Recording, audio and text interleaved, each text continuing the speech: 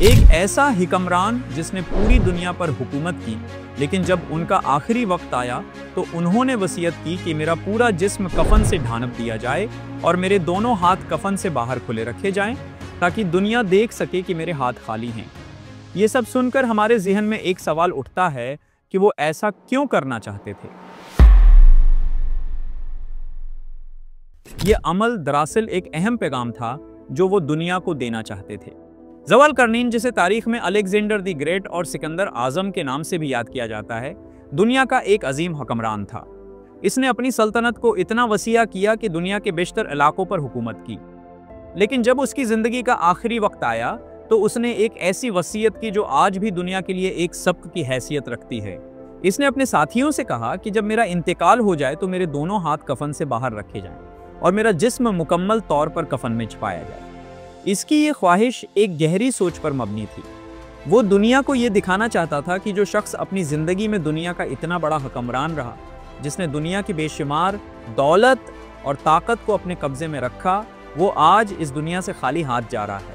یہ دنیا والوں کے لیے ایک مثال تھی کہ انسان کتنا ہی بڑا بن جائے، کتنا ہی مال و دولت حاصل کر لے، لیکن آخرکار اسے اس دنیا سے خالی ہاتھ ہی جانا ہے۔ زوال قرنین، جو سکندر اعظم کے نام سے بھی مشہور ہے، کو کچھ لوگ تاریخ میں الیگزینڈر دی گریٹ کے طور پر یاد کرتے ہیں۔ ان کے بارے میں مختلف القابات کا ذکر کیا جاتا ہے، لیکن زوال قرنین کے نام سے وہ خاص طور پر مشہور ہیں۔ آج کی اس ویڈیو میں ہم زوال قرنین کی زندگی کے کچھ ایسے پہلوؤں پر بات کریں گے جو تاریخ کے اوراق میں درج ہیں اور ان سے سبق حاصل کرنے کی کوشش کریں گے۔ زوال قرنین کا ذکر قرآن مجید میں سورہ کہف کی آیات 83 تا 98 میں ہوتا ہے۔ ان کا نام اگرچہ قرآن میں واضح طور پر بیان نہیں کیا گیا، مگر ان کی شخصیت، کردار اور کارناموں کی بنیاد پر علماء اور محققین نے ان کی شناخت پر مختلف نظریات پیش کیے ہیں۔ زوال قرنین کی کہانی ایک بے مثال حکمران کی کہانی ہے جو نہ صرف ایک فاتح تھا بلکہ ایک مصلح، عادل اور اللہ کا فرمان بردار بندہ بھی تھا۔ یہ کہانی ہمیں حق و انصاف کی طاقت، علم کی روشنی اور اللہ کی رضا کے لیے کام کرنے کی اہمیت کا درس دیتی ہے۔ کہانی کی ابتدا اس وقت سے ہوتی ہے جب زوال قرنین کو اللہ تعالیٰ نے زمین پر طاقت اور اختیار عطا کیا۔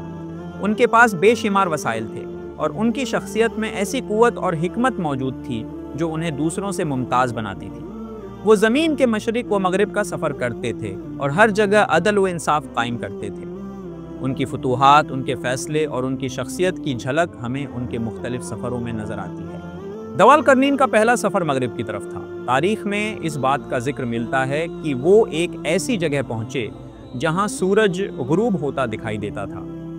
یہ زمین کالی کیچڑ والے پانی سے بھری ہوئی تھی جو ممکنہ طور پر بحیرہ اوقیانوس کے کسی کنارے کی طرف اشارہ کرتا ہے۔ اس علاقے میں انہوں نے ایک ایسی قوم کو پایا جو ظلم و فساد میں مبتلا تھی۔ اس قوم کے لوگ اخلاقی طور پر زوال پذیر تھے اور ان کے درمیان انصاف کا کوئی نظام موجود نہیں تھا۔ زوال قرنین نے اس قوم کے حالات کا جائزہ لیا اور ان کے درمیان عدل قائم کرنے کا فیصلہ کیا۔ انہوں نے اللہ کی دی ہوئی حکمت کے ذریعے ان لوگوں کو نصیحت کی اور انہیں اللہ کی بندگی کی طرف بلایا۔ انہوں نے واضح کیا کہ جو لوگ ظلم کریں گے انہیں سزا دی جائے گی اور جو لوگ اصلاح کریں گے ان کے ساتھ نرمی کا برتاؤ ہوگا۔ ان کے فیصلے نے اس قوم کی حالت بدل دی اور وہ لوگ انصاف اور نیکی کی طرف مائل ہو گئے۔ مشرق کی طرف زوال قرنین کا دوسرا سفر ان کی حکمت اور فراست کا ایک اور مظہر تھا۔ وہ ایک ایسی جگہ پہنچے جہاں لوگ سورج کی تیز روشنی کے نیچے زندگی بسر کر رہے تھے۔ یہ لوگ نہایت سادہ زندگی گزار رہے تھے اور ان کے پاس نہ تو کوئی پناہ گاہ تھی اور نہ ہی سورج کی گرمی سے بچنے کا کوئی ذریعہ۔ زوال قرنین نے ان کی حالت دیکھ کر ان کے لیے مناسب انتظامات کیے۔ انہوں نے ان لوگوں کے لیے زراعت کے وسائل فراہم کیے اور انہیں زمین کی آبادکاری کا طریقہ سکھایا۔ ان کی حکمت اور علم نے اس قوم کی زندگی بدل دی اور وہ ایک بہتر اور خوشحال زندگی گزارنے لگے۔ یہ واقعہ ہمیں یہ سبق دیتا ہے کہ حقیقی حکمران وہی ہوتا ہے جو اپنی رعایا کی ضروریات کو سمجھے اور ان کے مسائل کو حل کرے۔ شمال کی طرف زوال قرنین کا تیسرا سفر ان کی سب سے بڑی مہم تھی۔ یہ مہم یاجوج و ماجوج کے علاقے کی طرف تھی جو قرآن مجید میں فساد مچانے والی ایک طاقتور قوم کے طور پر ذکر کیے گئے ہیں۔ زوال قرنین ایک ایسی قوم کے پاس پہنچے جو یاجوج و ماجوج کے ظلم و ستم سے پریشان تھی۔ یہ لوگ زوال قرنین کے پاس آئے اور ان سے درخواست کی کہ وہ ان کی حفاظت کے لیے کوئی مضبوط دیوار تعمیر کریں۔ زوال قرنین نے ان کی درخواست قبول کی، لیکن ساتھ ہی شرط رکھی کہ وہ خود بھی اس دیوار کی تعمیر میں حصہ لیں گے۔